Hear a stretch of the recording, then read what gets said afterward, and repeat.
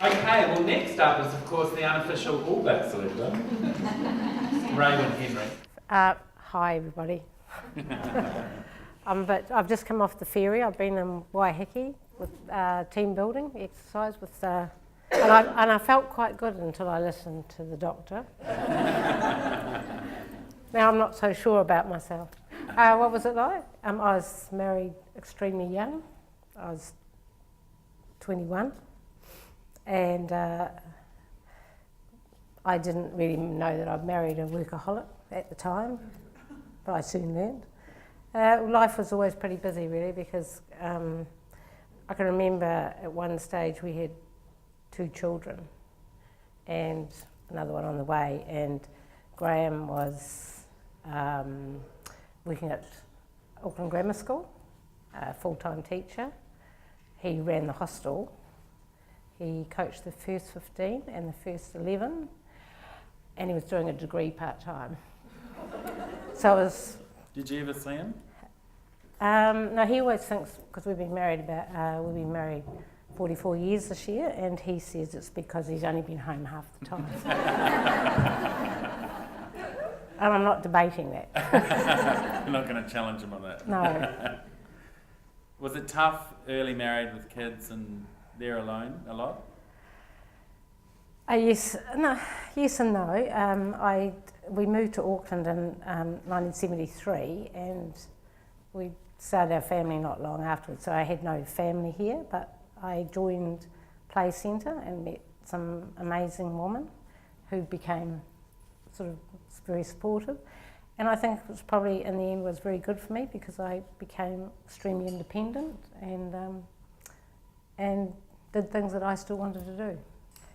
Well, I was a school teacher, and so I started coaching quite young, and just became a way of life. And I found out that not only for me, coaching was not just about the netball, it's about the young people that I coach. It's about the whole person, and for me that's quite important, and it's still why I coach. So tell me though, how do you get them to focus in a different way, or to head down a different path than perhaps they're heading? It depends on the individual really. Today, the last night and today we had 20 netballers staying in my place at Waiheke, like Mariah style, and they're premier players, but they range from, unfortunately, the way it is with school kids, so we had school children up to probably late 20-year-olds, which is a very big, wide range of people, but they happened to play club netball, so they all came together. And that was an interesting exercise in watching the different young women who find it very difficult to trust people, just because of the way they've been brought up, to the Polynesian girls who some of them come from very difficult backgrounds. So to find a problem for one is not the same as solving the problem for the other person. So you need to find out a little bit about them, and it doesn't always come off. You might put a lot of time and energy into a young girl, and in the end she just doesn't make the right decision and can't do that. How frustrating is that for you?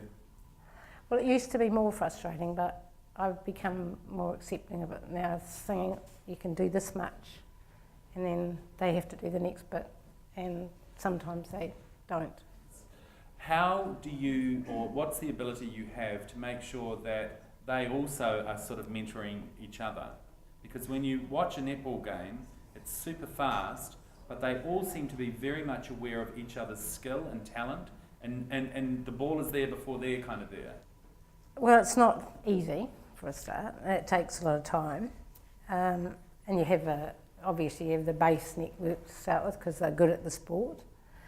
A lot of them don't understand teamwork, which is always a problem. But it's just working with them, and I think it's both Graham and I, when we started coaching, would say, well, especially him more so than I am, we're probably quite not authoritarian coaches, but this is how you play the sport. This is what you do. get on the court and do what I say, especially him, more so than I was. But nowadays, it's more, especially I think, youth today are different than youth when I was growing up. They have different expectations of life, they have different pressures, they have different stresses, and so you can't treat them the same. Has the respect level changed, do you think? Is it the same type of respect, or...? Yeah, there is, but they are, I sometimes think they're a bit soft, I have to say, sorry. The kids are soft, or the coaches and... The kids are softer today than probably, but that's not their fault. So, and you have to work with that. But in other ways, they're better people than, so there's swings and rounds about that. They have, yeah, they are better people in some respects, but they are softer. And so I think they're softer. Yeah, so when they say to me, I can't come to training, so they train once and they play once. They say to me, I can't come to training because it's my boyfriend's birthday. I'm not very understanding about that. I don't quite get that. So we just have to talk to them. So this 2 days we've had here, what we're trying to teach them is about belonging to a club. So there's quite a lot of history in our club and they don't understand that. So we've been doing that, just taking them understanding about working together as a team, trusting each other, valuing each other, the importance of committing to a unit.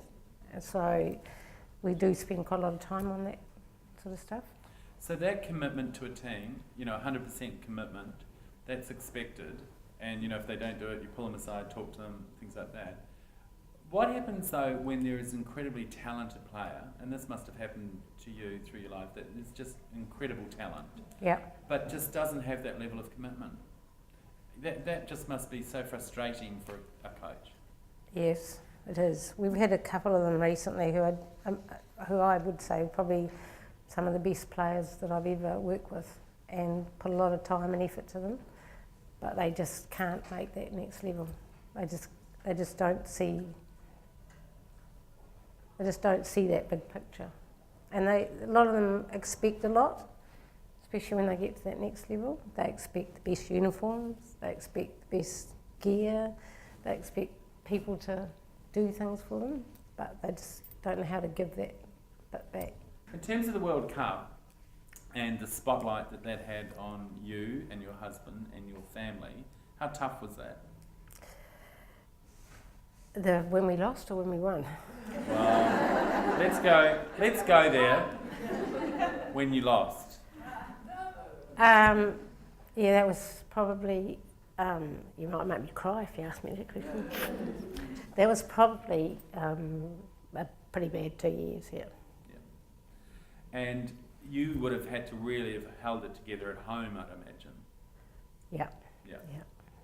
And, often for a wife and a mum, it's tough, isn't it? It is tough because what happens is they get back into it and they just, mind you, it was quite difficult, before you got reappointed as well. And hence the reason I'm sorry, Dr. again, but I can't let go about Murray Deaker, even if you ask me to. It's not going to happen. I think it was, there was some really good things. Like there was people that came out of the woodwork who have now become really good friends. Like, the Mad Butcher, for instance. We all know who the Mad Butcher is. But he rang up, and I can't use the same language as he would use, obviously. But we didn't know him, and he rang up Graham straight away, and then he rang him every week for about 6 weeks. It didn't say much, because he doesn't say much anyway. He's like, hey mate, it's Mad Butcher. It's like, how you doing? It's like, phone goes down, but it just meant quite a lot. Or a couple of people who know that Graham likes fishing rang up, said, if you want to come out fishing, we'll go out fishing. And so we lost some friends, but we gained some friends. So. But putting the sport aside, during that difficult times, what did you learn most about yourself? Like I'm quite easygoing until somebody hurts somebody I really care about, and then I have to admit I'm not very forgiving. about that. And I learned that I was probably worse at it than I thought I was. So I sent an email to someone. I told Graham about 2 weeks later, before it came out in the media. And someone said, you can't send it. And I said, I can send it because that's how I feel. And I have to send it because otherwise he's not going to talk to me anyway. So I sent it, yeah. And I don't regret sending it. But that's a good thing then, isn't it? Probably. That's Yeah, quite probably. employment. Has it been hard being with someone who's so driven? I think our personalities suit each other because I just watch him do it. I would never do what he does. I would never be that driven. You couldn't have two people, I'm sure you couldn't have two people like that in one house. So my focus has always been on the family, making sure I do something for myself, that I'm independent, and yeah, it works. But for a lot of women in this room today, to hear that you know, I'm there for the family and I'm independent and I do something for myself, that's a big message for a lot of women, because a lot of women get caught not perhaps doing that, you know. And how hard has it been to perhaps doing that thing for yourself? Well, it was quite hard when the kids were young and Graham was working so hard, and my mum worked, that she was the only family I had. But I just thought it was important. So I played netball, and like I do have a lot of other interests with sport, but I did keep playing netball because it connected me with the community of netball players, which were like another family for me. So it wasn't easy. I had to take the kids and that, but I kept playing till I was 60, which I was pretty lucky. Then I thought I'd better not risk it anymore. It was time I retired. Tell me about the strength of giving back has for you, you know, in terms of, you know, last night helping those girls and women, young women, in terms It's of great. coaching. I just love it. What does that feel like, giving something back like that? Oh, it's certainly worthwhile, you know, and you see these young women blossom and, you know, they go out and do some amazing things. There's a girl, one of the girls that plays for the Mystics. I don't know whether any of you know about netball. Bailey Mears. Bailey Mears is the girl that just had the knee reconstruction. Just come back from the Mystics, got on the Silver Ferns. She was playing in our club and I walked past her, and she was in one of our fourth teams, and she was quite a Gumby kid. And I said, I went up to her and I said, you look like you got a lot of talent, and we took her under our wing and I made the twos coach take a net. She said she can't catch. I said, yes, she can, she's fine.